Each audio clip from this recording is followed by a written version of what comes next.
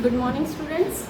Today we are going to start our chapter 10, Respiration in Organism. In this chapter, we are going to learn about what is respiration, why respiration is essential for the living organisms, what are the types of respiration, how do the respiration differ from breathing, what is the difference between respiration and breathing, and how do the plants respire, what is breathing, respiratory system of human. So in this chapter we are going to deal with these topics. So before going to start this chapter, first we will be discussing about the respiration, the different types of respiration, that is breathing, cellular respiration. In cellular respiration we have aerobic respiration and anaerobic respiration. So what is respiration? Our body performs certain activities like growth, reproduction, locomotion, means moving, and the movement. All these activities requires energy. So from where do we get energy? We get energy from the food we eat. The food we eat, it gets changed into glucose. Okay? From the glucose we get energy. So our first topic is what is respiration. So whatever the activities which are performed by our body, for all the activities we require energy. This energy comes from the food we eat. I have told you that this energy, from where do we get? We get this energy from the food we eat. So after digestion, the food is brought to the cells. So where do the food, after digestion, we have done the digestion and the nutrition in animals. Okay, the digestion process we have discussed. In that process we have discussed that the food is broken down in our stomach. So now after the digestion, the food is brought to the cells and it is broken down into carbon dioxide, water and energy. Okay, so this reaction takes place. After digestion it changes into glucose. In presence of oxygen it changes into carbon dioxide, water and energy. So this process is called as respiration. Respiration is the process of changing the glucose into carbon dioxide, water and energy. So all the organisms respire to get energy. So the process of respiration involves two steps. First one is breathing and second one is cellular respiration. The question arises, what is breathing? This is also called as external respiration. Breathing is also called as external respiration. External respiration means in which we take in oxygen and we give out carbon dioxide. So breathing can also be called as external respiration, and external respiration means the taking in of oxygen and giving out of carbon dioxide is called as breathing. Now cellular respiration. If breathing is called as external respiration, cellular respiration is called as internal respiration. The word cellular means the respiration which takes place inside the cell. So cellular respiration means the respiration which takes place inside the cell. So it is termed as internal respiration. Okay. In this, the food is broken down in presence of oxygen to give carbon dioxide, water and energy. So this process occurs in the cell, so it is called as cellular respiration. All the organisms, including the plants, including the animals and microorganisms, plants, animals, microorganisms, all needs energy and they have to undergo respiration. So depending upon the presence and or absence of oxygen, we divide the cellular respiration as aerobic respiration and anaerobic respiration. Aerobic respiration always takes place in presence of oxygen. Anaerobic respiration, it always takes place in absence of oxygen. So aerobic respiration, in aerobic respiration, we know that whatever you eat, it is a complex substance. It has to be broken down into simpler substance. That simpler substance is glucose. Glucose in presence of oxygen, if it gives carbon dioxide, water water, energy. So glucose in presence of oxygen gives carbon dioxide, water and energy. So this type of respiration is called as aerobic respiration. Aerobic respiration means the respiration which takes place in presence of oxygen. So complex substance, whatever you eat has to be broken down into glucose. Glucose in presence of oxygen. You take oxygen from your nose. So this oxygen is taken up by the blood into the cells. In the cells, this glucose will be broken down in presence of oxygen into carbon dioxide, water and energy. This type of respiration is called as aerobic respiration, and anaerobic respiration means the respiration which takes place in the absence of oxygen. So in absence of oxygen, the glucose will directly break down into alcohol, carbon dioxide and energy. It gets broken down into energy. So this is the difference between aerobic and anaerobic respiration. Aerobic respiration takes place in presence of oxygen, whereas anaerobic respiration, it takes place in absence of oxygen.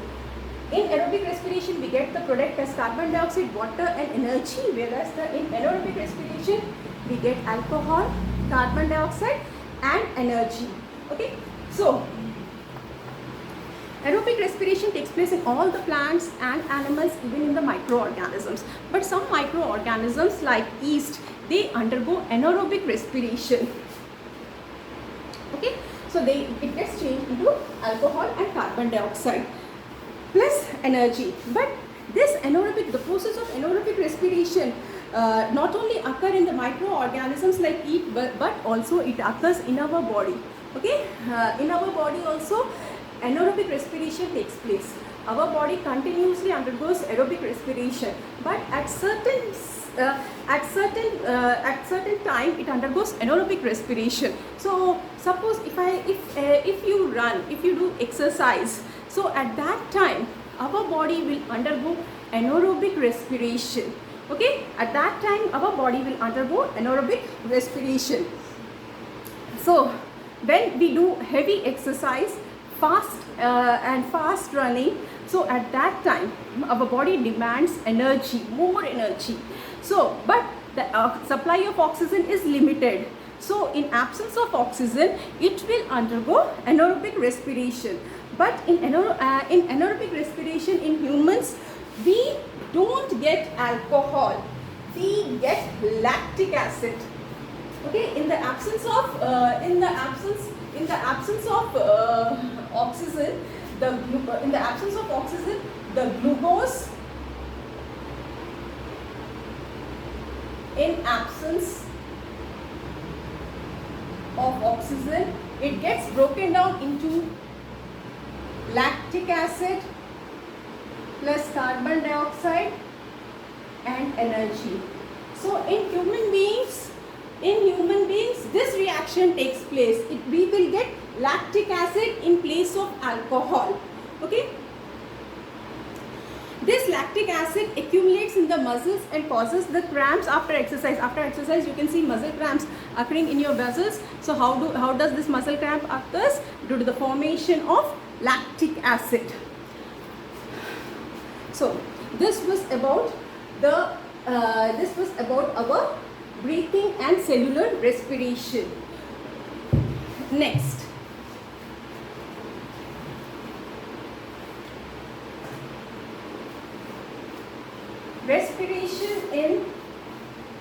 breathing in animals. Our next topic is breathing in animals.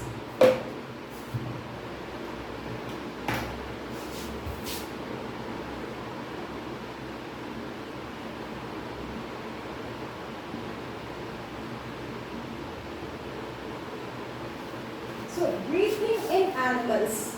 Different animals have different methods of taking of oxygen. Different animals have different methods of taking of oxygen. So breathing in animals, we are going to do our next topic, breathing in animals. Different animals have different methods of taking in oxygen and giving out of carbon dioxide. If we consider unicellular organism like amoeba, paramecium, unicellular means they are made up of one single cell. Exchange of gases occurs through the process called as diffusion. In amoeba, the exchange of gases occurs by the process of diffusion. In earthworms,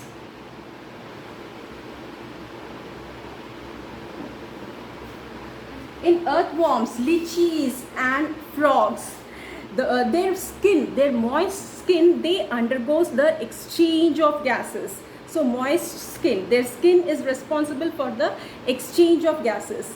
And in the insects, like, so in earthworms, skin is responsible. Next, in the insects like cockroaches, grasshoppers, there are small pores present in the body. Small pores are present on the lateral side, on the either side of the body, which are responsible for the exchange of gases, and these small pores are called as spiracles. These small pores are called as spiracles. And insects have a networks of air tube called as trachea. If you go with the other insects, they have a network of the small tubes which are called as trachea. So the trachea through which the exchange of gases takes place. Oxygen rich air rushes into the spiracles, into the trachea. From the spiracles it enters into the trachea and diffuses into their body tissues. So which diffuses into their body tissues. Next, in this, oxygen rich air reaches to the each and every cell of the body. Similarly, carbon dioxide is also released, is taken from the cells and goes into the trachea. From the trachea, it goes into the spiracles and then it comes out. Okay, in this way, the exchange of gases takes place in the insects. Now, in aquatic animals,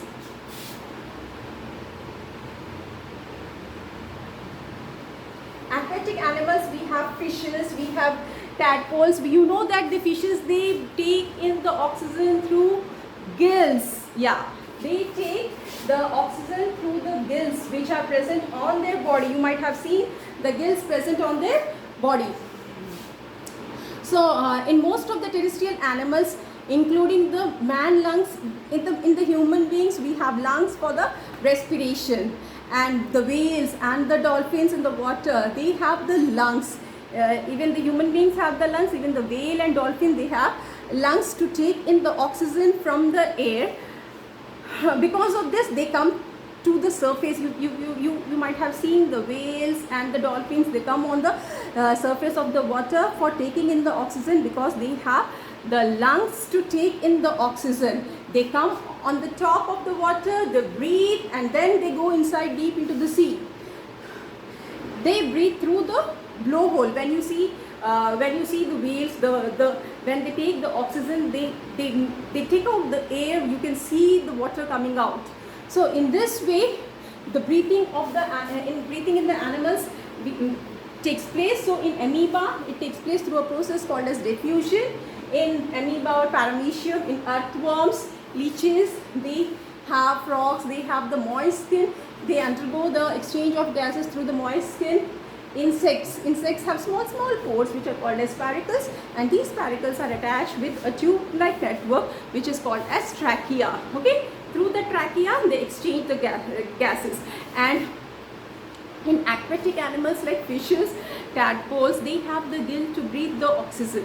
Whereas in humans, we have lungs. In the whales, we have dolphins, they have the lungs. So they come out from the sea onto the surface of the sea water so that they can breathe the oxygen, and then they go deep inside the sea. So till here, I am ending my topic. Thank you.